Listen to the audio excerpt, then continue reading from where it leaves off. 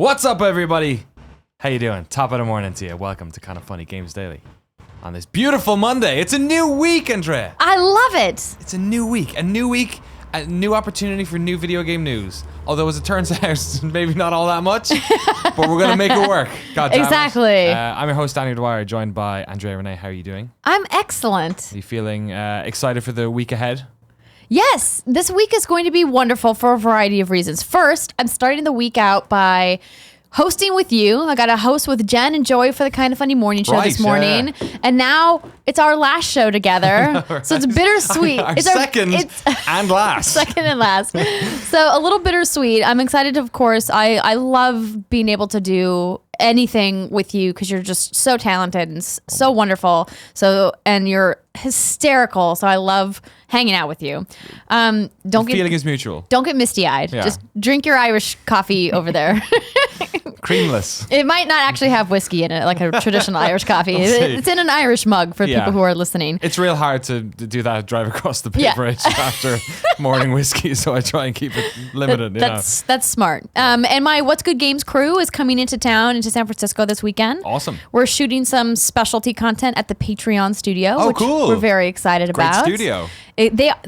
There's a bunch of really fantastic folks that work at that office. So shout out to the hardworking crew at Patreon. For sure. And then we have our exclusive streams coming, and then we've got that awesome Rockstar Red Dead news coming later this week. I actually forgot that was this week. It's Thursday, right? Thursday, yeah. It should happen right before this show goes live, so you guys should be able to talk about it. I won't be here on Thursday, unfortunately. This is the today and tomorrow, the only 2 days I'm doing Games Daily this week. Right. I'm on Wednesday, and then Friday is my final show. Yeah. But yeah, that'll be a fun one on Thursday. I wonder will they do it GTA 5 style? Do you remember when they did that, where they had their own streaming like video on like the Rockstar Games website or whatever? It might have been on Social Club, and like literally the entire games industry just like shut down and all went to one website. I remember looking at the offices. I think it was GameSpot UK. It must have been, and like just like everyone, CNET, everyone had just like this one screen on, waiting to like see when it would go live. I have to imagine that since the technology for streaming has advanced quite quickly since then, that's not going to be the case this time. But you know what? Maybe it is. Maybe they're going to go, Nintendo style and just be like, hey, you have to come to, Rockstar.com or you don't get to watch it. Dan Houser walks out in a suit and is like, hello, everyone. No, that's probably not going to happen. He never goes on stage, does he? Never. No, neither of them ever do anything anymore. Yeah. I'm working on it. Yes. Give me a while. So Danny's hosting today. Yeah. And are you going to take care of housekeeping? Are you going to tell the folks? Sure. The guys are at Let's Play Reunion. I know that because they keep tweeting videos of Greg playing poker in like a plastic bag or doing something in a plastic bag. But there's a lot of weird photos on Greg Miller's Twitter over the weekend. If you want to look at some real disturbing stuff, you can check out Game Over Greggy on Twitter. They're doing today, but I'm sure they're going to be hungover. They're streaming. Is it over on I was supposed to put it in here, but I didn't. I thought Joey was going to help me out. Joey, where are they streaming for Let's Play? Cool, Greg, do you know? No, I don't. Sorry. So for everyone who's watching the show live on Twitch at twitch.tv/kindoffunnygames. Where's the stream? Let's Play? The Let's Play stream. roosterteeth.com/live. roosterteeth.com/live. So if you're watching us live now, when we're finished here. They did a GTA. They did their own thing. See? Yes. Weird. But the whole point of the stream is to drive people to start, right? Is that what it's called? Yeah. First. Yeah. Sorry. So my they bad. can get all the various Let's Play folks. Correct. Yeah. So that's how they do it as Big Brother style. Put them all in a pen for a weekend, which I love. They're in a house. It's pretty amazing.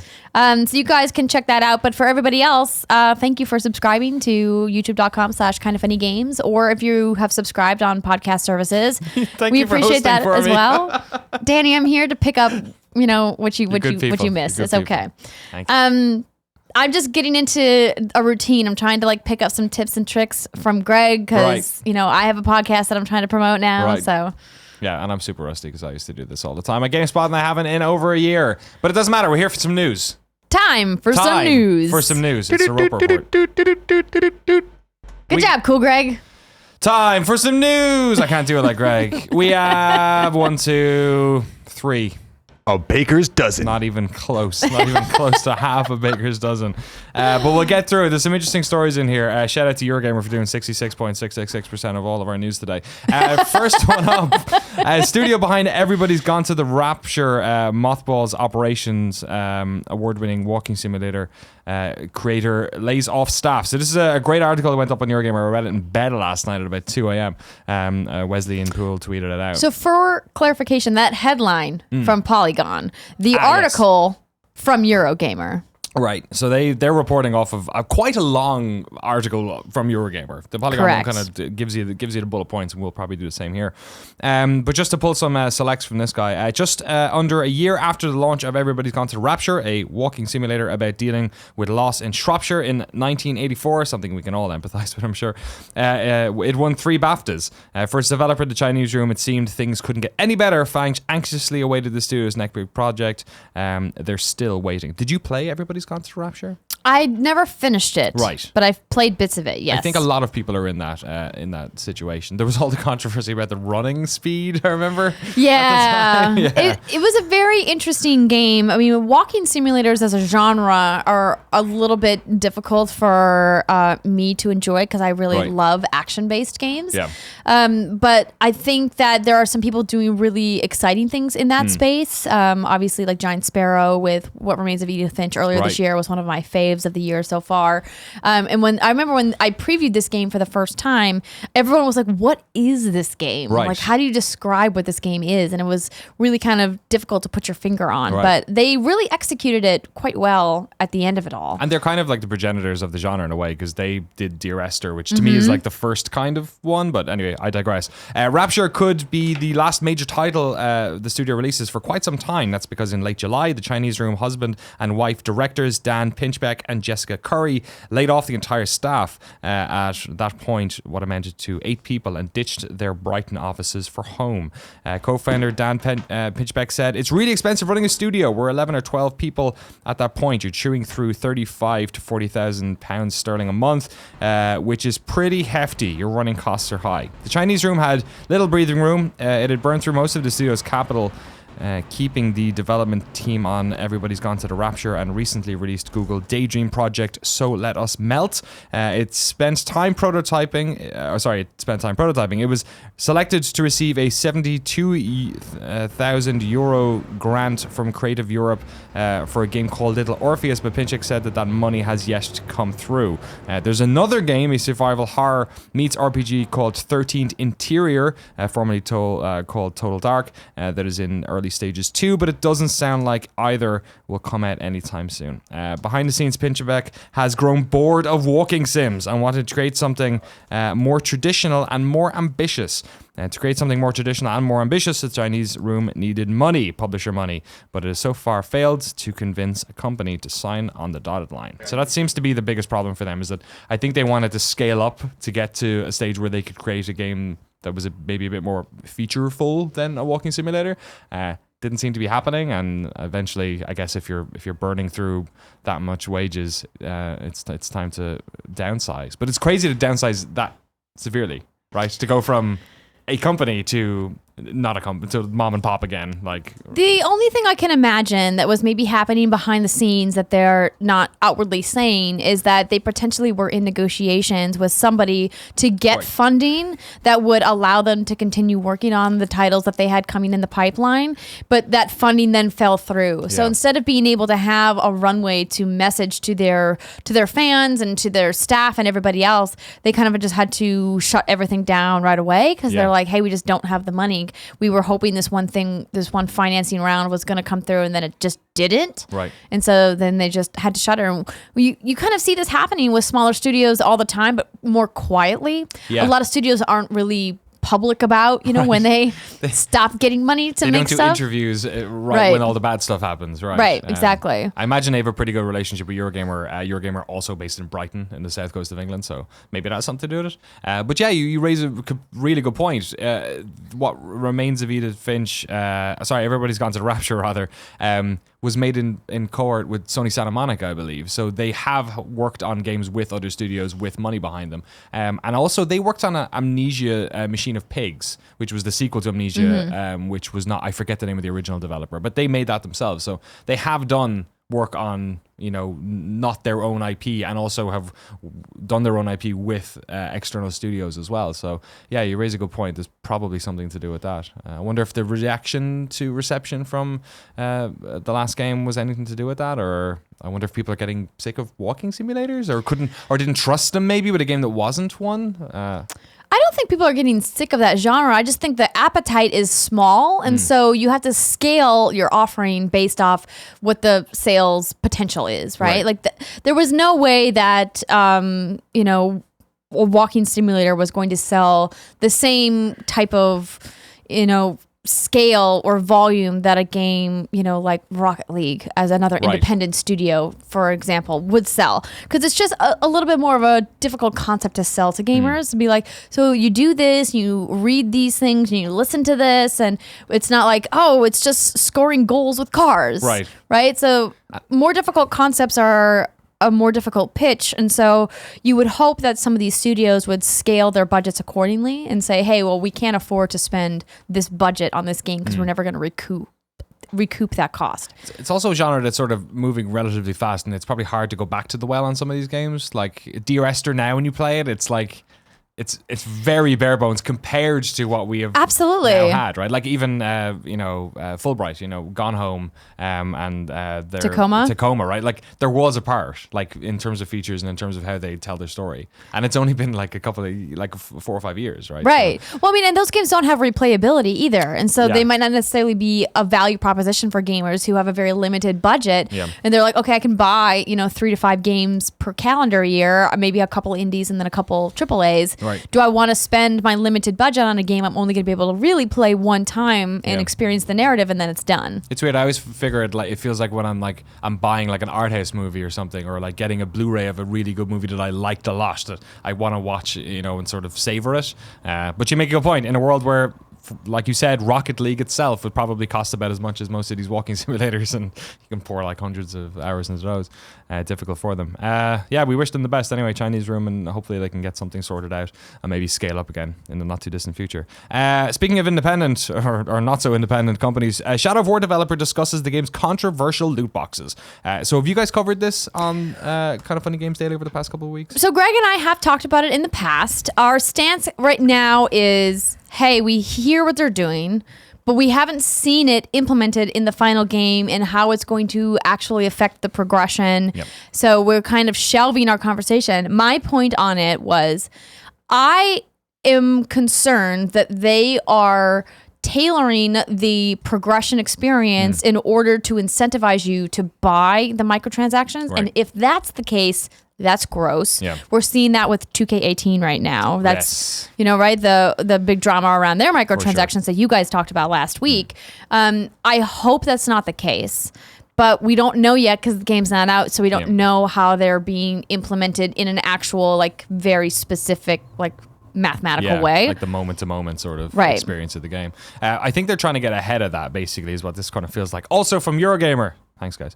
Last month, big budget Lord of the Rings game Middle-earth Shadow of War revealed it would be supplements its full fat price tag by including loot boxes purchasable with real-world money. It was an announcement which predictably did not go down very well with fans. The single-player action-adventure game has in-game store called The Market that sells orcs, never gets old, and other items. I'll have one orc, please, for use in the game's Nemesis system.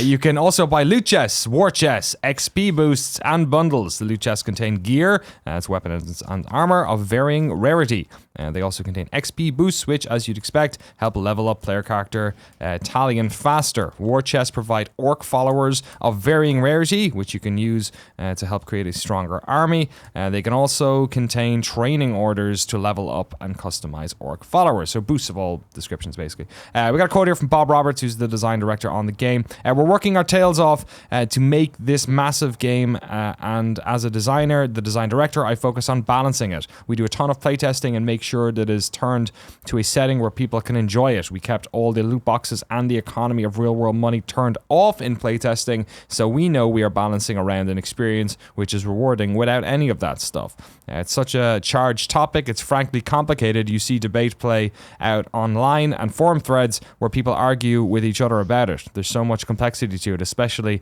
when you see articles coming out about our game or another game, and we have announced a load of new content and we're trying to find out what people think about those things, but the conversation keeps coming back to loot boxes. It's interesting to see the discussion, but we want to get people's opinions on more than just that. I was sort of tweeting about it earlier on. It reminds me a little bit of what happened with Evolve, where much of the conversation around that game leading up to the launch and arguably in the sort of week afterwards was so embroiled around the DLC that no one ever talked about the game. And it does seem to be that issue you get between the creative people on a team and perhaps the money people who are there, who are trying to think about the longer tail business aspect of it all. Perhaps it's an element between Warner and Monolith, you never know. But yeah, you're right. We probably won't ever see how this shakes out until it shakes out. But do you think maybe the damage is kind of already done at that stage? Like people are kind of turned off from it just because all the negative conversations happening around it? I don't think so. And I think specifically for a game like Shadow of War, who is attached to such a gigantic IP like Middle Earth and Tolkien estate, Lord of the Rings, The Hobbit, that entire lore spectrum is a much bigger reach than the people who are in the weeds about the microtransaction issue within the video games medium forum, right? So let's say you have a mom or a dad walking into a game shop and saying, oh, I see like this, Lord of the Rings looking game on the shelf. I'm going to pick that up for, my son or daughter. They probably have no idea what a microtransaction is anyway, right? So I think that they're going to be kind of, buffered from that in that sense at retail. I think that there's just so many different levels of microtransactions in games these days that I hope that people will give it a shot and see where it's at before. Because as somebody who was very vocally outspoken about Destiny 2's microtransactions on this show and other shows, I hated that dominated the conversation because there's so many other awesome parts of Destiny 2. Right. That the microtransactions shouldn't have been what really dominated that discussion. And I hope that that's the case for this. But the problem is when they don't do it right. Yeah. When Greg and I were talking on the show last week, we had a reader mail come in about microtransactions and how hey, you just don't have to buy them. Just don't buy them. Right. And we're like, that works. That's a great position to have until you get a game that is blocking off normal content that has been there previously, or they're specifically altering the progression path in order to incentivize you to buy extra content. Like the NBA 2K18 stuff, right? Right. And that's when it gets bad. And that's when we have issues, and then we have to discuss it and talk about it. So I'm really happy that Bob Roberts came out with this, with his statement. I think it's promising that he said that they did their play testing with the loot boxes turned off. I didn't have any issues with the way that they did progression in the game last time. Right. From my time playtesting this game at preview events, it is still one of my most anticipated games for the fall. In my mind, it is going to be a Game of the Year contender from everything that I've seen so far. So I'm holding out hope that Monolith and Warner Brothers do the right thing here and make sure that they don't alter the core gameplay experience to incentivize people to buy extra transactions when they're already shelling out for a $60 game. Yeah. What have you seen the commercials they've run on TV for this? I love it. They're so good. The orc commercials. Yeah. It's so strange to see what was. I mean, okay, Warner, small publisher, and also, like you said, the Lord of the Rings franchise is pretty massive. But to me, this game is like a super underdog success. Like the first game won Game of the Year.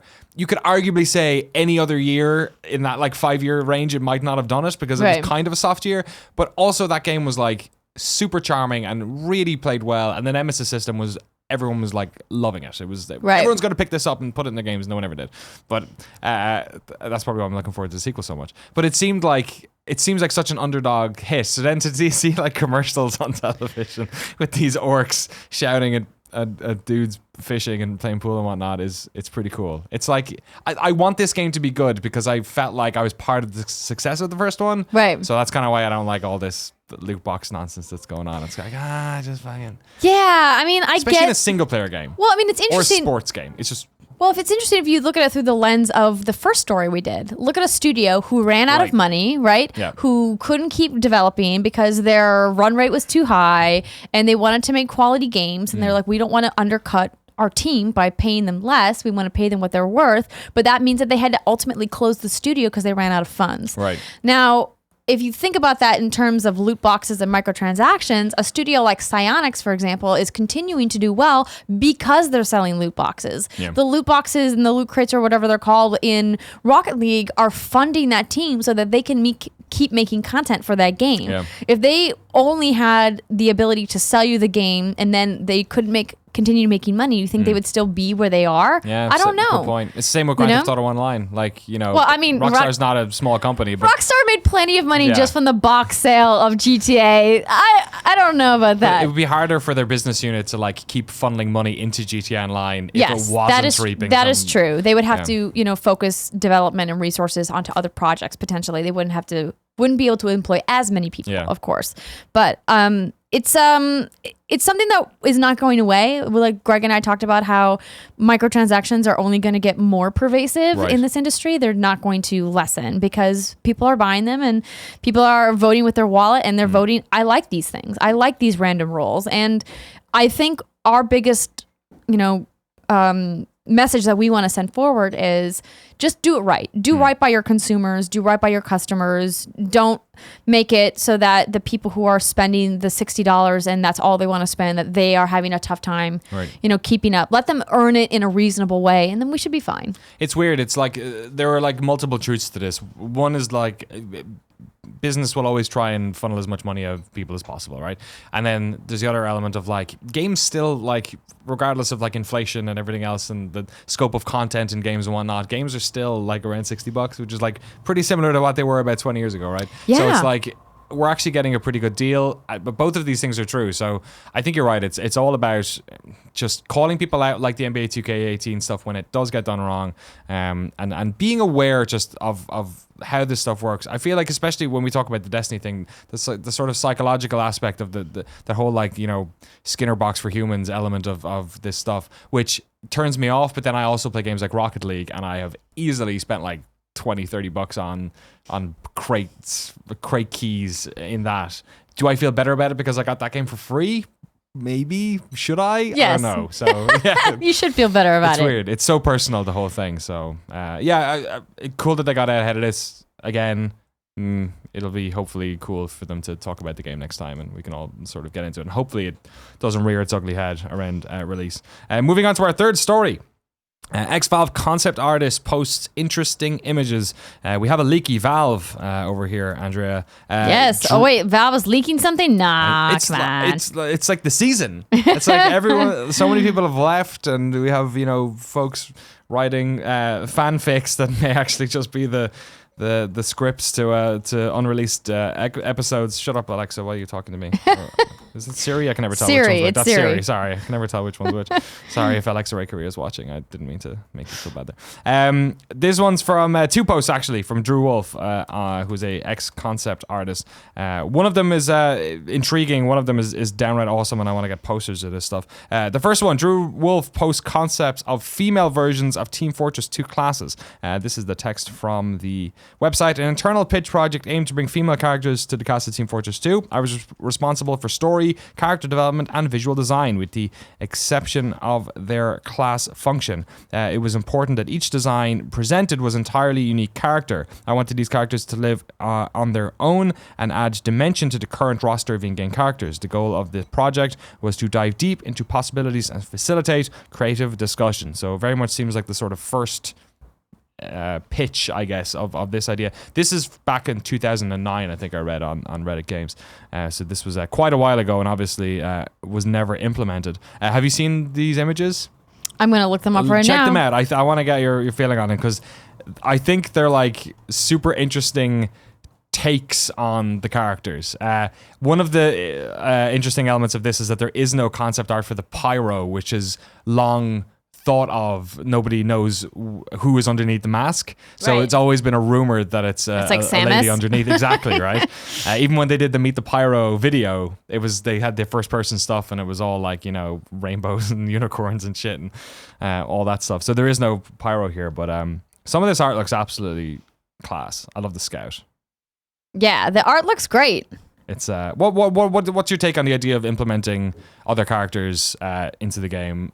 When you played that game, were you remarking on the fact that there was no female protagonist? Because I feel like 2009 Danny wouldn't have noticed that, and probably modern Danny would, just because of the conversations that have happened in games over the past couple of years. So when you played that originally, would that have been something that stood out to you, or were you just so sick of every character being dude at that stage? There was I'm going to be honest and say that there was a big chunk of my life where I didn't think about it. Right. Where I was always missing female characters, and whenever there was a game with a female character, I would always choose her no matter what kind of character she was. Yeah. But I think that it's great that they're doing this. I don't see why anyone would have an issue with them updating this. This game is old, right? Like, why not infuse a little, life into a game that's been around forever and it continues to be popular, which is, excellent. It's a testament to the game's design and its creation. That's great. But I mean, does it need female characters? No, not necessarily. Did it need hats and customizable? Yes, because any way they can make money. I'm of the school of thought that I would rather have interesting and intriguing original female characters instead of females shoehorned into something for the sake of having a female in there. Right. I was very conflicted about female Thor, right? When Thor, that big news story came out and they're like, Thor is now a woman. It's not she-Thor or whatever. It's just Thor and she's worthy of the hammer for X and Y reasons. And people got, very upset about it. Some people were very excited. And I was like, you know what? Like, let Thor be Thor, right? Whoever Thor is, and then make an original character that's a female superhero. Like, we don't need to like co-opt everything and make it woman to like appease an audience. This is just my perspective. Other women have different perspectives on it, but I would prefer original, cool, new female characters like Aloy in Horizon Zero Dawn instead of something that was traditionally a male role that's just, we're going to make it woman because we think that you want it. I'm like, well, I mean, sort of. I guess it's always better to have more voices and more representation than less, but it's kind of like an easy way out. Yeah, it feels like you're just appeasing me to appease me, and that sucks. Yeah. Sadly, looks either way we won't. These won't see the light of day. It looks like, because this is from a good while ago. I think it said 2009. But yeah, it's interesting. I remember the conversation around the characters when they first launched them was like, this was a game where, because you played like old Team Fortress Classic and stuff, everyone kind of looked the same. So this was the like different sizes and scales of the character was a way of getting it so that you could spot the silhouette and know, oh, that's the heavy, oh, that's the doctor and all that. That's totally been thrown out the window now because there's like hats and customizable, like all the different weapons and all that sort of stuff. So it's interesting how even the evolution of gamers themselves, the fact that we don't need that type of hand-holding anymore. Like, go play a game like Overwatch where there's like, I don't know, 3 times as many characters maybe, and also they all have like different armor sets and whatnot. Like, we ourselves have also like figured out a way of being okay with like different types of characters. So it looks like a sort of a missed opportunity. Might have been cool, but I'm just glad that this art is even out there because the stuff like that looks absolutely rad. Hopefully there's some high res versions people can get them printed if they want to. It's not the only story on this website either. Another one, Drew Wolf posted concept art for a planned 4-player co-op fantasy game. So the thing about Valve always seems to be that they do a lot of internal testing of games and ideas and whatnot, and some stuff makes the light of day and other stuff doesn't. This one looks like it obviously didn't. Character development for an internal R&D project. The project was a fantasy adventure game centered around cooperative combat and driven by story. Development of these characters started with a round of loose sketches. The goal was to present as many groups of 4 adventurers as possible in order to establish a diverse cast of archetypal characters. Sounds a bit like Team Fortress 2. After discussions and feedback, the group was pared down to 10 characters. They would become the project's main characters. During the development, I created mood sketches for each character. They were done in a classic sci-fi fantasy book cover. Each sketch represents a slice of each world, of the world each character came from, as well as a hint as to who they are and what they do. This collateral art helps convey the direction quickly and facilitate creative discussion of each character. So similar kind of thing, early concept ideas. But the stuff looks super neat. It kind of gives me it kind of looks like something between a Dota and a Destiny, if I'm going to be super reductive about it. A Dota and a Destiny. That is quite a wide spectrum you just painted. It's like fantasy, like earthiness, and then also like sort of new sci-fi. What would you call sci-fantasy? That's kind of what I feel like Destiny is, where it's like it's sci-fi future stuff, but it's also with like, you know, all the trappings of fantasy archetypes and whatnot, monks and whatnot, you know, priestess and things like that, just made like in the future. And then also a lot of this stuff looks very, the characters and the colors and whatnot reminds me a lot of sort of early Dota 2 stuff. So who knows? I wonder if this was maybe something that they did before they acquired the creative people behind Dota and pushed on with Dota 2. But yeah, it looks interesting. It's just interesting for, as well, a Valve fantasy game. Another online game as well. This would have been post Left 4 Dead, I imagine, around that time, and they've kind of backed off from doing a lot of that stuff. So it's just it's like the dreams that could have been. Is what it reminds me of. Did you see any of these pictures? These guys, they got little. No, I didn't. It's again awesome art that, like, perhaps this guy looks like Junkrat actually from Overwatch, which is a little bit weird. Varying stuff, that characters that look like they're from Dishonored, characters that look like they're straight out of like Warcraft and stuff. Super interesting, just to even take a look at it and get a sense of what they were making. But it's weird. Somebody needs to like write a book about all the stuff Valve didn't make in the past 10 years at some stage. You a Valve fan? I enjoy their work, yes. I mean, Portal 2 is one of my top 10 games of all time. It's like gaming perfection. Been playing it recently with my wife, actually. Oh, excellent. Yeah, I didn't know you can hack the PC version to do split screen, which is pretty cool. So there you go. It's good. I'm not surprised you can do that. I know, right? You can hack PCs to do a lot of things. Although when I went in and did it, I tried to also play Left 4 Dead with her, and the last time I had played, I had all these mods turned on, which made all the zombies cats, and all the characters were My Little Ponies. So good. Which I think was from like a stream I did on GameSpot UK like 5 years ago, and I hadn't booted it up since. I was like, whoa! She's like, this game is rad. You're like, well, that's not it at all. That's it for news. Wow. That's it for news. All right, then. So I guess we'll get on to the next thing, which is... Do you have to say this time? Oh, yes. You have to ask the question, though. Oh. How does he say the question? I'm always too worried about what to say. You'd say, Andrea, if I wanted to know... What was coming out on... He says mom and grop shops, which is like... Mom and pop shops? He says grop, though. I don't know. Mom and grop, like grandpop? I guess. What happened to pop? I don't know. Craig Miller, get your act together.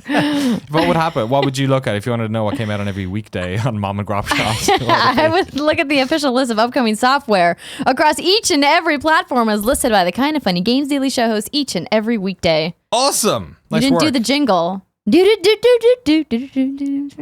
Jesus Christ. Danny, I'm trying to let you host. I'm left brain. I know you're trying to. This is why I didn't look. I can't even figure out which hand which to put hand the to hold your coffee coffee in. It's like, where should I put my hands?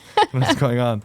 Out today, Drop Mix music gaming system from the folks at Harmonix and Hasbro. This is their interesting game music toy. They're like tabletop entry, Yeah. Have you played this? Seen it? I've seen it. Right. I have not gotten hands on with it personally, but it looks cool. Everyone I've talked to that's played it is enjoying it. So basically you like have these cards and then you place these cards in this little tray thing and then it like remixes the song. Cool. Is it aimed at like, do you know what age bracket we're talking? Is it everything I looked about it was through the veil of video game coverage, so I didn't know if it was actually aimed at kids or whether it was actually something that was supposed to be for us. Let's look, shall we? What are you doing now? New dates, WWE 2K18 coming to PC on October 17th, 2017. That is the same day as consoles. So it's the first time that it'll be day and date on the personal computer. So that's pretty cool. Well, the video that's playing on the Drop Mix website looks almost like a Switch commercial with all these people playing together, dancing on a rooftop. It says Drop Mix is a dynamic and fast-paced music mixing game. Players blend popular songs from award-winning artists to create mind-blowing mixes. Get together and face off with friends to master the mix. That's rad. You know what the first thing I do when we move to this house in Maryland's going to be? You're going to master the mix? I'm going to master the mix. I'm going to buy Rock Band drums. Yeah. I want to live above someone who hates me doing that shit anymore. Wait, do you have somebody that lives below you? I've had someone that lives below me for like 5 years now, so in various places. So it's like, I'm not even like, do I have someone who complain? I just have, I know myself that I would not be enjoying it if I was worried about someone else. Worried about making too much noise. I get it. You're a respectful person. Right. I'm an anxious person. It's another way of saying it.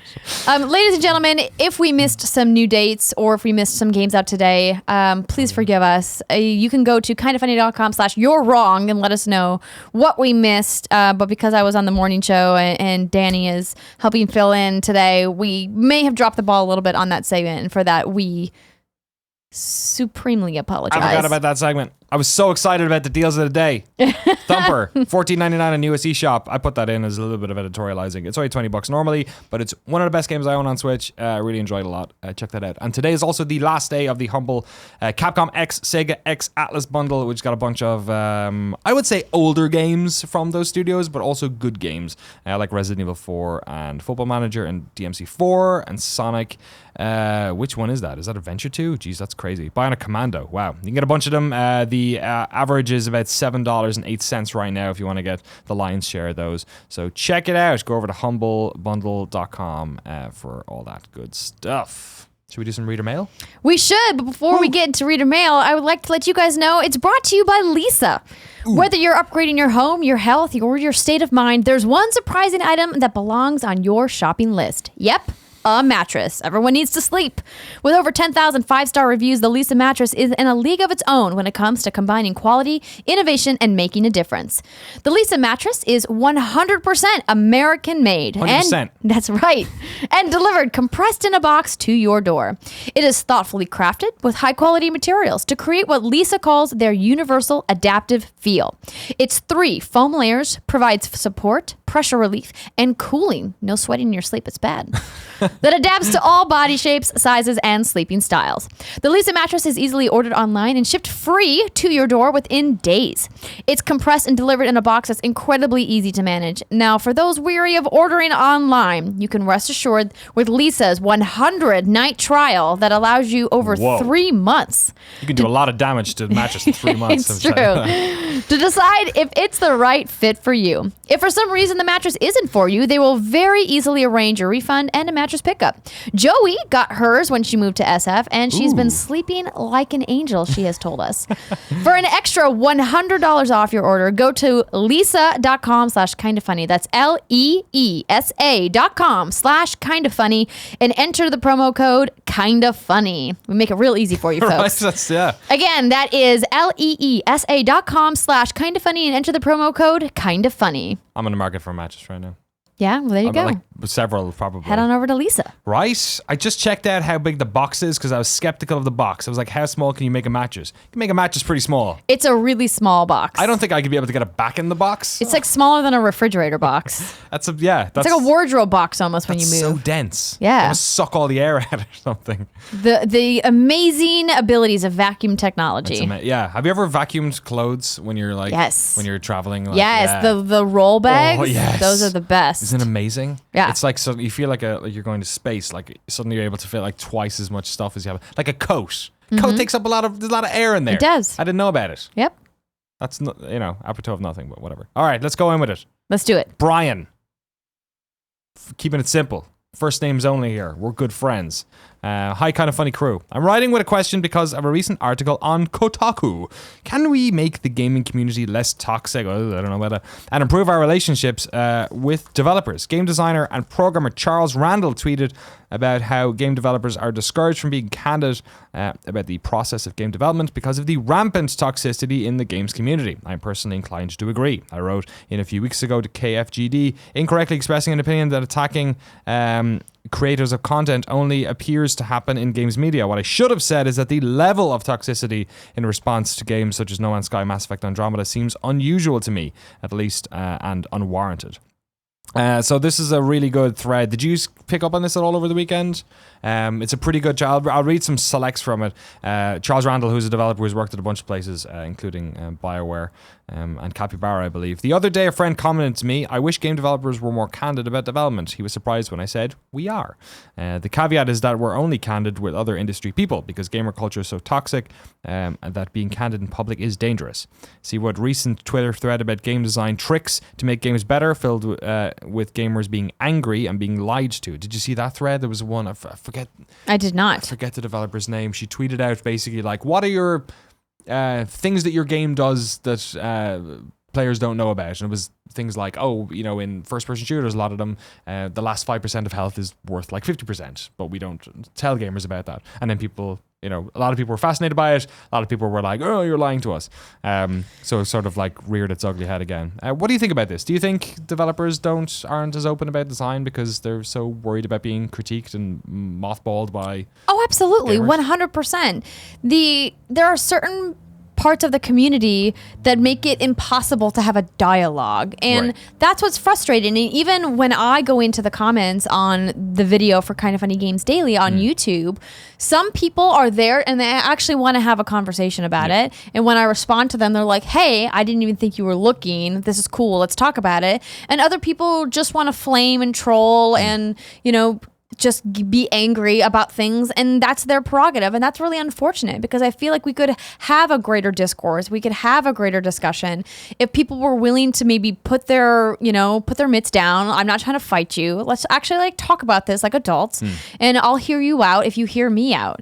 But when you throw out specific types of language that's very accusatory, or it's hurtful, or it's name calling, that's when it makes it difficult to have an actual conversation about some of this stuff. So I'm not surprised to hear that devs are afraid of putting it out there for a dialogue and getting nothing but vitriol back at them. It's tough, and that's why it's so great that there's at least events like the Game Developers Conference, like GDC, where they have a forum where they can get together and talk about specifics about how they create, how they develop, how they design, which you can go watch as well if you want. Like a lot of the vault is open is public on the YouTube channel, so it's not like it's all closed off either. Exactly. And I would love to live in a world where they felt that they were in a safer environment to be able to have those discussions, because I think that it would not only benefit the devs in order to be able to make better games, but it would benefit the community because we would get better designed products. And they are just making it, not they, but like specific people in the community are making it tough for devs to feel like they have a safe place where they can actually have those conversations. Yeah, I don't want to sort of get into the realm of talking about like tooting my own horn or whatever, but like there's also another element to this where I think the game's press has a sort of a responsibility to play. There's like this double-sided thing where I feel like, yes, the game's press should call out practices that are anti-consumer, and I think that's really, really important. But I think in the sort of the requirements to sort of chase down headlines and to get that sort of angle and to get people talking about games and angry and engaged, which is sometimes another word for angry, about something, it has created this sort of us versus them mentality between game developers and the press. And there should be an element of that. I know they shouldn't be pally-pally, perhaps, and give people a pass. But I think for years, whenever I was interviewing developers, I knew that there was a news desk behind me that was wanting me to get that nugget out of them that maybe they didn't mean to say, or that we could say. The gotcha moment. The gotcha, totally. Yeah. And some gotcha moments are like, "Oh, we did get you, and you shouldn't have said that." And some of them are like, "I didn't mean that," or "We're sort of inferring it was taken this out of way." context. Totally. Yeah. And I think like that's a slippery slope. And some, I was lucky enough to work for a publication that was fairly responsible when it came to that stuff, and other ones aren't so much. But I found that certainly when I then started doing NoClip, which is once we had one or two of them done, and people knew that we weren't doing that stuff, like taking stuff out of context, and we were highlighting things that were bad and whatnot, but not getting out there just to get gotcha moments. I feel that then people started talking to us more openly in that way. So it's interesting. I feel like the game's press in their own weird way is sort of a little bit responsible for fostering the antagonistic relationship between gamer, I think you're being too generous. I and- don't think it's a little bit. I think they absolutely have a role to play here. And it's frustrating because I've always been a person who's focused on positive, upbeat coverage. That's like the moniker that I use. I like talking about games I like. I like talking to developers I like. I like talking about why they're excited about making games, because at the end of the day, this is entertainment news. Video game news is under that giant umbrella with movies and TV and music. Right. This isn't like life-changing stuff here when it comes to everything else that's going on in the world today, which is a lot of like really horrible, big real life stuff, right? We still are in that escapist medium where we can go to video games and talk about how video games impact people's lives in a very different kind of way. Right. And so I am seeing, along with you, how a lot of our peers in the medium are now trying so hard to get clickbaity headlines and thumbnails and where else these gotcha moments, that they're missing the point of why we all love this and why we come to, sources of news, because we're excited about the medium and want to play the next cool game and want to have that experience.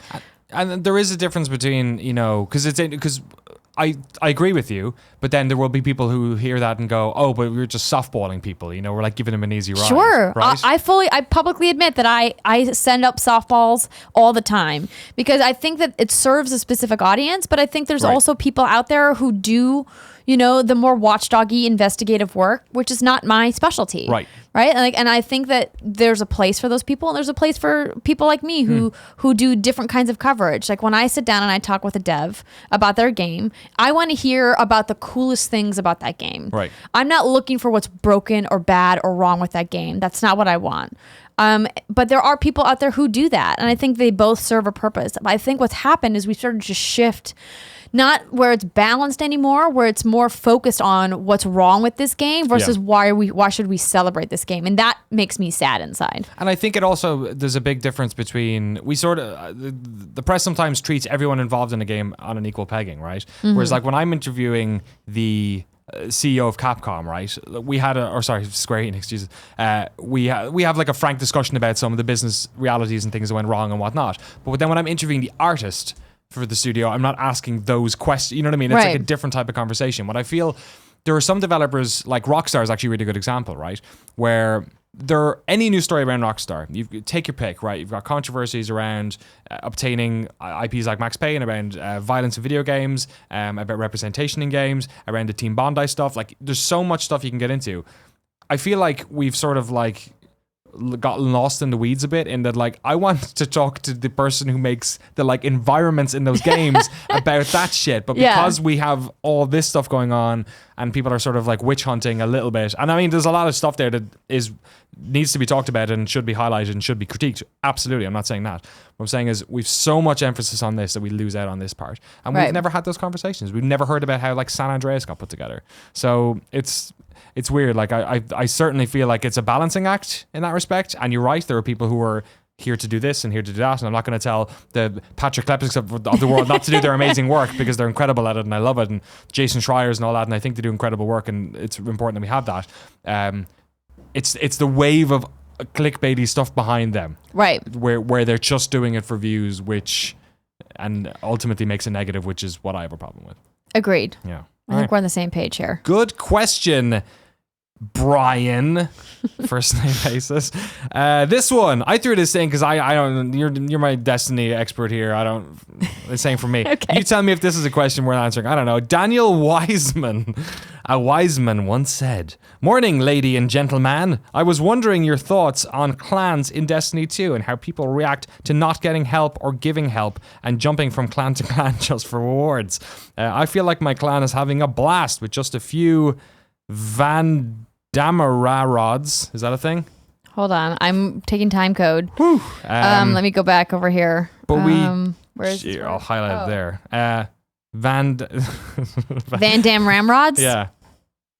I've never heard that term before. Car Ramrod? Is it a Super Trooper? That must be the name of his clan. Okay, the Van Dam Ramrods. Sure. Why not? It wasn't taken. But we get a few new folks, and all of a sudden we don't help out enough or do enough trials or raids enough. Just my thought, but I hoped more from clans. It's a good start, but I'm saddened when all we want to do is have fun. Thanks for your time. Love the show. So there is a big kind of funny clan in Destiny 2. I know that if you are part of a clan, then you get the rewards if people do some top level stuff, right? It actually trickles down, which is right, but you cool. can't. You only get clan rewards once a week. You can't jump clans and then get the rewards twice. Right. So that's important to know. Here's the thing about clans. They are going to be different depending on what kind of group of friends that you have or what kind of clanmates you have. You know, for the What's Good Guardian clan, for example, we made it open to all fans of the show, and everyone in there is like, you know, is there to participate. Are there people there that never participate in the clan chat that, you know, don't make a point to jump into people's fire teams to help them out with Nightfall or raiding? Sure. But if you want to have a clan where everybody's super active, then you need to make your clan private, make it invite only. Right. Then you can weed people out. I know plenty of clans that are dropping people that aren't participating. So I mean, that's just whatever the clan's prerogative is. Right. Like if you want to have a clan where every member has to participate in X amount of things in order to be, you know, considered an active member, then that's up to you to decide that. And then if you want to have a clan where you're just all hanging out, and when you get together, great. And if you don't, whatever. Right. Who cares about the engrams? That's, you know, your choice as well. Communities don't manage themselves. That's right. You got to get in there and get the it's something you and Joey probably know all about as well. Yeah. So Daniel, if you're saying that, you know, you suddenly don't have people helping out, then tell those people to, you know, GTFO. Right. Get out or kick them to the curb. Yeah. Get out of the clan damn Van Rams. Goodbye. Van Dam car ramrods. Miguel asking a very good question. Did you just say Miguel? Isn't it Miguel? It's Miguel. Miguel? Yeah. Miguel, not Miguel? No, it's not Miguel. I'm gonna put my European cap on and say in Europe we say that's Miguel. This is California. Miguel? Miguel. Because Miguel is like Where's Andy Cortez French. when we need him? Miguel, my friend. We're on first name basis. We know each other really well. Been saying his first name wrong for years, but aside from that, now we know pretty much every game being released for the rest of the year. What are your thoughts on 2017 in terms of games? Have a great day. 2017. We kind of have a wrap on what came out this year, and I'm gonna talk about some like top level games, just give each other a little bit of a reminder. We had Legend Zelda Breath of the Wild earlier in the year. Destiny 2 is going crazy right now. Horizon Zero Dawn earlier as well. Resident Evil 7. We had all the PlayStation VR stuff, a lot of that stuff. There's been Nier, there's been Neo, there's been Hellblade. Prey, For Honor, Injustice 2. We'll get Persona 5. We'll get South Park by the end of the year apparently, and Middle-earth Shadow of War. Call of Duty. Battlefront, Lost Legacy will have, the two of those will be out as well in the next little while. Indie stuff, Splatoon 2, we had basically most of the Switch back catalog. ARMS, Splatoon 2, Mario Kart Deluxe, by the end, Odyssey, by the end that's of the looking year. so good. Project Cars 2, Yooka-Laylee. There's been some, maybe not so impressive stuff in there as well. Agents of Mayhem, I feel like didn't light the world on fire, sadly. No. Cuphead coming out soon? Cuphead's coming out this week. Is it? Wow. Friday. Okay. Yooka-Laylee, people were sort of hot and cold on that. We have an Assassin's Creed coming out. We didn't have one last year. Looks awesome. Mario and Rabbids Kingdom Battle. What a game. Also looked good. And the best Sonic game in like 20 years. Yeah. So 2017 has been an incredible year for gamers. Yeah. PlayStation's on fire, Nintendo's on fire, Xbox has this fancy new box coming this fall. If you love video games, 2017 has been a fantastic year. Yeah, just comparing it with last year, we had Doom, Overwatch, Final Fantasy 15, Dishonored, Battlefield. Like there's some good stuff in there. The Witness, Hitman. But I feel like this year, the breadth of games that have come out. The Switch has been like, what a wonderful surprise. Yes. I was expecting it to be good and fun, but it's like defined my 2017, I think at this stage. First party successes like Horizon Zero Dawn, Nier as well, and Neo and all that stuff. Like loads of games that nobody expected to be as good as they were that ended up being really good. Like Mario and Rabbids Kingdom Battle as well, I feel like probably sits in there as well. It's been a year for like good surprises. Yeah, I feel like. Absolutely. Like looking at the year on paper back in January, I wouldn't have thought, oh, this is a banger. But no, it's crazy to think about Mario plus Rabbids because that game was officially announced at E3. Right. And now it's like doing gangbusters like 4 months later. Right. That's That never happens. Yeah, so there's plenty of games as well we probably didn't know much about before when they came out. Dishonored 2 I think came out as well this year, didn't it? No, that was in last year. No, that was last year. Prey was this year, yeah. Yeah, so a banger. It's going to be real fun swinging around Game of the Year. What's your Game of the Year? So far, Horizon Zero Dawn is number one for me. Yeah. But I said other contenders, Zelda, obviously. Super Mario Odyssey is up there. Right. Middle-earth Shadow of War looks excellent. I haven't gotten enough time with Hellblade yet, but from everyone else I've heard it's excellent. So I've got to sink more time into that before. Sweet. But there's a lot of good games. Yeah. I'm with Horizon. For me is like it was like a split between Horizon, Zelda, and Battlegrounds if it gets released. Or if it doesn't get released. But interesting. We've talked enough about that last week. It's not going to get released before the end of the year. You know that. You guys talked about it last week. I listened. It's like released.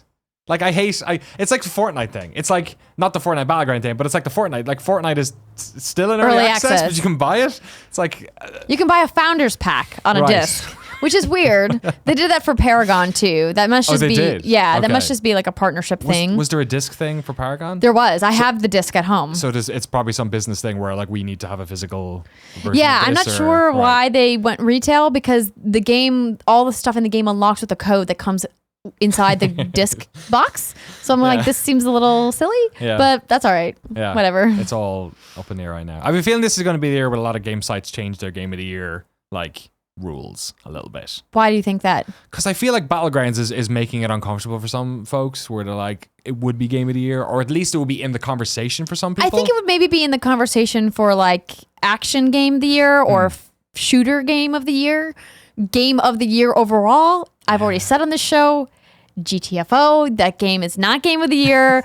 It still has graphical problems. It still has frame rate issues. There's a whole bunch of things that are not finished with that game because it's not a finished game. It's still in early access. I think the way that game plays and looks, which is okay. It's okay for it to not be polished, right? Like we are collectively as a community going, we understand that you've got bugs and you've got issues because you're not done yet, but you can't be Game of the Year if you're not done yet. So I think the way that game plays now is the way it's going to play because it plays like an Arma game. Like that's how those games play, is that they're janky and weird. And you think it's okay for a Game of the Year to be janky?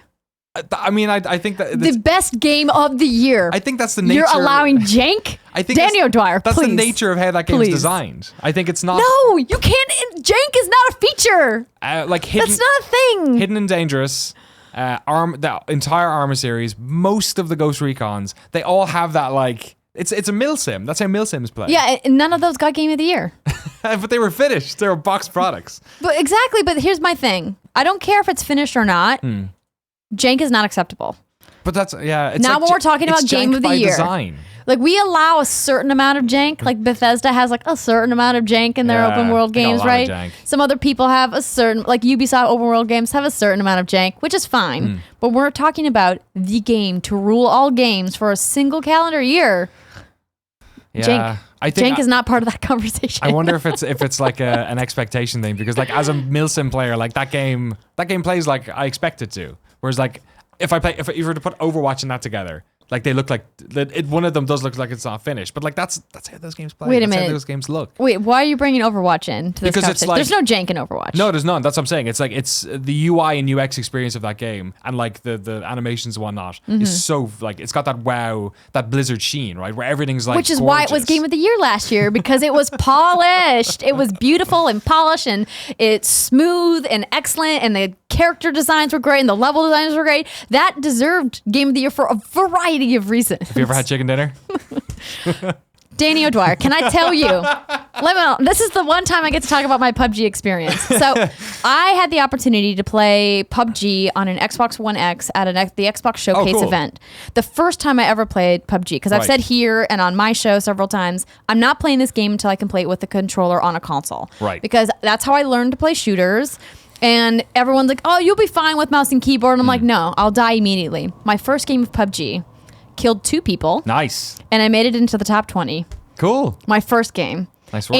Andy was, I told that to him and he was like, that's not right. I was like, no, I had like 5 people watching me play. Like it happened. Joey saw me and I was like, is this good? And people were like, I never kill anybody. You kill 2 people. It's like scoring a goal in Rocket League. It takes like 15 games. I know, right? Yeah. So that to me is an indicator that I need to wait because it felt so good with the Xbox One controller. I was playing specifically with an Elite controller, which is not necessary for PUBG. It was nice and fancy, but didn't need it. Yeah. But it felt good on controller. It felt good on console. I'm really looking forward to spending some time playing that game, chasing the chicken dinner. Right. But again, I'm standing firm.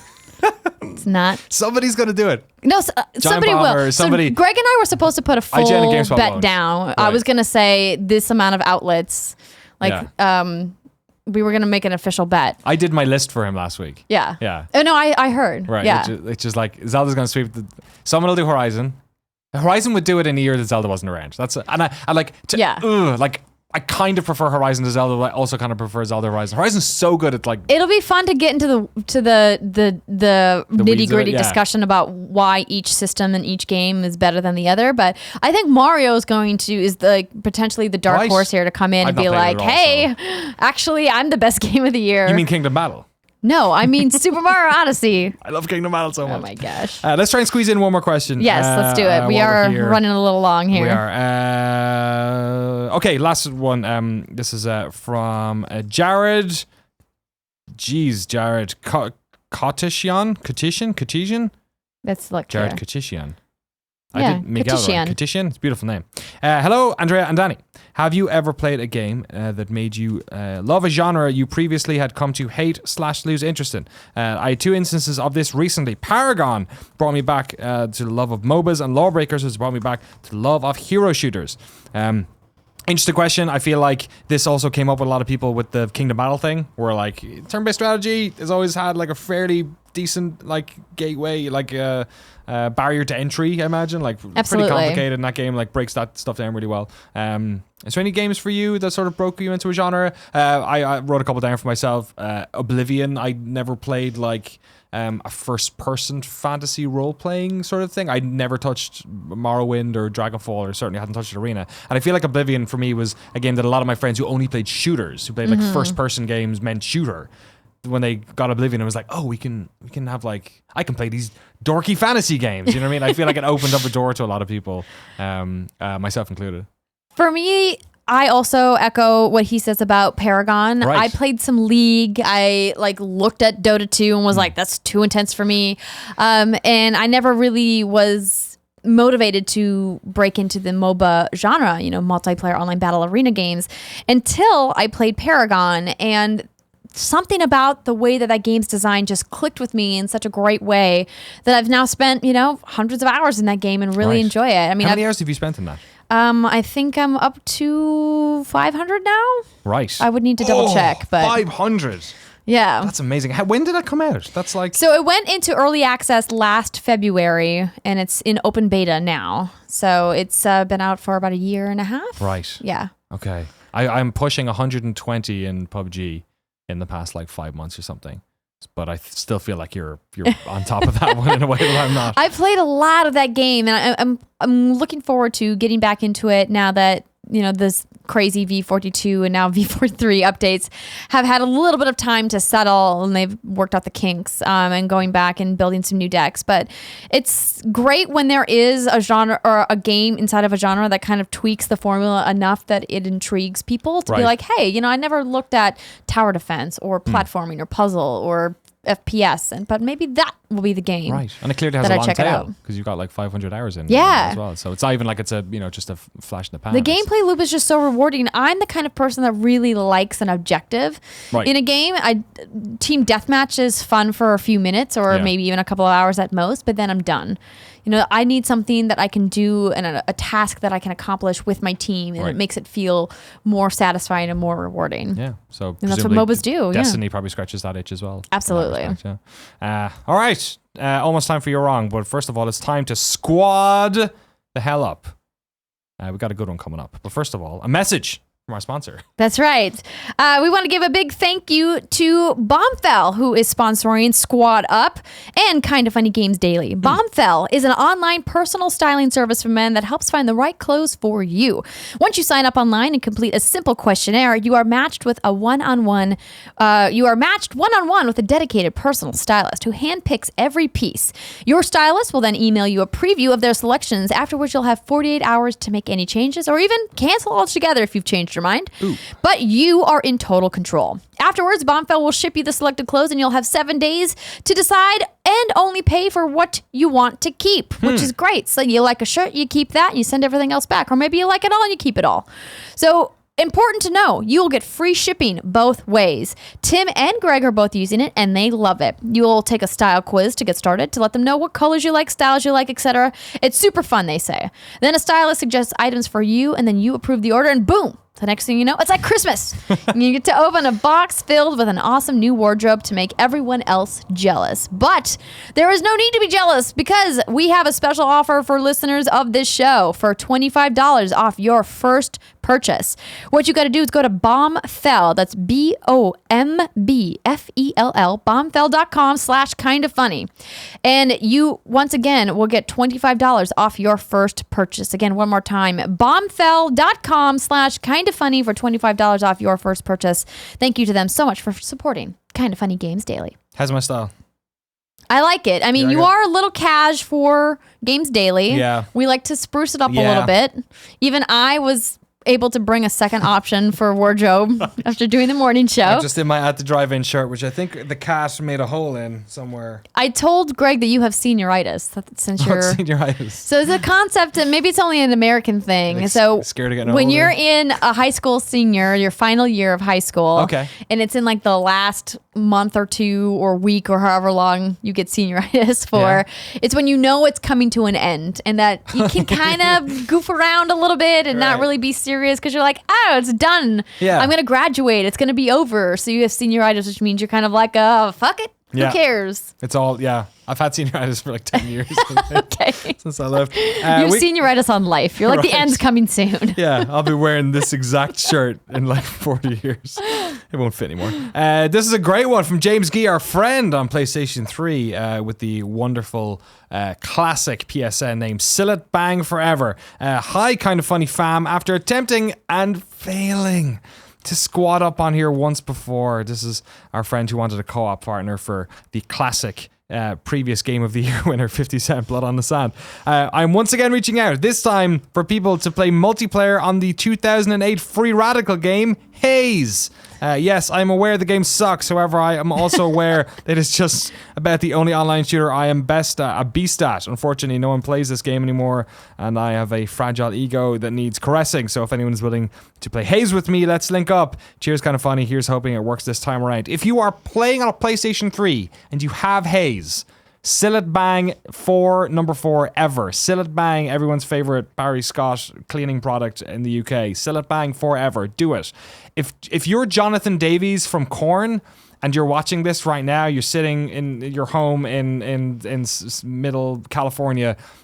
You said once before that gaming is your religion and Haze is the shit in perhaps the worst banned game crossover advertising of all time. If you're watching this, please, Sillet Bang forever. Get on James Gee's shit and play Haze with him. God damn it. Anyway, that's it. Kindafunny.com/you're wrong. That's right. I've got it here. Let us know. We have some things. So every day that we do this show during the week, Monday through Friday, if you're watching live on twitch.tv/kindafunnygames, you catch us getting something wrong, a fact, a publisher name, a date, a price, anything. Never happens. You can go to kindafunny.com/you're wrong and let us know what it is. We don't want your editorialization though, because I'm just going to skip over it. Just tell us what we screwed up and let us know. So first up, the developer and the publisher of the original Amnesia was Frictional Games. It appears the Chinese room developed all of A Machine for Pigs while Frictional Games just published it. Oh, really? Wow. I didn't. I was sure Frictional developed the first one. There you go. There you go. Didn't know that. This one says, on the point of the Chinese room and external funding post, the release of Everybody Has Gone to the Rapture, the female co-founder spoke out about sexism in Sony along with other complaints. Oh. It was a very complex story at the time, but this may have affected others wanting to enter into funding with them, unfortunately. Also, it might have affected them wanting to work with Sony again. Let's be honest. Generally, when you talk smack about your funder publicly, it's probably not a good look for other funders to want to come and work with you. So he might be onto something there. I don't remember that story ever happening. So, but that would be, yeah, I didn't know about that either. Yeah, you got to be careful about what you say about the people that give you money. Amnesia to Dr. Sam was developed by Frictional Games. Sequel was done by Chinese Room. You're wronging there. You're wrong. Oh, snap. Watch out, Capitalist Pig. He's coming for you. Sorry. I know you. I love his avatar. It looks like John Vignacchi. It does. It really does. Yeah, doesn't it? Yeah. The normal $60 price for games did come around to the PS3, Xbox 360 generation. Started around 2006. Before then, $50 was the average price for PS2 and Xbox games. Before then, it was unheard of for an SNES game to top 70 plus more at launch for standard copies. I mean, 70 plus is pretty... That's a lot. Yeah, that's a lot of money. We had a currency exchange happen in the middle of all that stuff because we used to be on the Irish punt. But and this is just for the US because you guys have different pricing in the UK. Like it's been like in the European Union. Yeah, I feel like, and also between the UK and Europe, sometimes there's a bit of difference as well because sterling is weird. But I feel like €60 and £60 is pretty common for games and has been for a while. I mean, when I was buying Amiga games, they were like 40 Irish punt back then, but I can't remember. Punt return, fake punt. We just called them pounds. I don't know why I said punt. Oh, he quickly wrote in. I want you to know, Danny, I don't look like John Vignacchi. He looks like me. Know the difference. That's fair enough. That's amazing. That's it. That's all we got. Sweet. Awesome. Well, that's been a show. Thank you so much for watching Kind of Funny Games Daily. If you're watching on the YouTube, hit that like button. Let your comments in there. We don't take them during the show, but we really appreciate you putting them in after the fact. We certainly check those ones out. If you're watching on Twitch, thank you so much for supporting us. Of course, you can subscribe as well. Twitch.tv/kindoffunnygames. You can become a patron as well. I'm a big fan of patronage. Me too. That's a fun thing. Check it out. Patreon.com/kindoffunnygames. I believe the second episode of Cooking with Greggy is up for patrons. What did he cook this time? I don't know, but Genevieve makes an appearance in the video, so I'm told. Something French, maybe? I don't know if she's still here. She might not be there. She's gone. A clip? A clip? A clip? I'm trying to think of any other French food. Escargot? Creme brulee? Creme brulee? You can just say anything in a French accent. Côte de boeuf? Cheese on toast? It works out. Thank you so much. It's been a pleasure hosting with you. For the last time, like, let's be honest. The video game fam will always have PAX, will always have E3. Yes. I feel like I went to the GameSpot and Giant Bomb offices last week to like check in on everyone and say bye and stuff. And like, I saw them all at PAX. Like, that's just like, this is how it works. I never see anyone face to face anymore in like the Bay Area. As long as you don't stop coming to the cons, that's the important part. 100%. Excellent. We'll always have PAX and E3. I'm already booking that stuff ahead of time, so... It's been an honor and a privilege working with you, Danny. I am excited and happy to support what you're doing in NoClip. I think you're doing excellent work there. If you guys have not visited Danny's Patreon page, patreon.com/NoClip. Danny O'Dwyer. I know, I should have changed it. /Danny O'Dwyer. My bad. It's funny because I actually support your Patreon and I don't know the actual name. Patreon.com/Danny O'Dwyer. Go there. Check out his good works. You're too kind. And I'm looking forward to being, once again, I've been a subscriber on Kind of Funny's Games' Twitch for forever. So I'm looking forward to once again just being a fan and watching the show on the East Coast. Yeah, get in the chat. Keep it up. Yeah. For sure. All right. Thanks, everybody. See you guys Wednesday. You're in on... Tomorrow. Okay. You're Tomorrow's on tomorrow. host is me and Greg. Awesome. He'll be back hungover, I imagine. Thank you very much for watching, and we'll see you next time. Adios.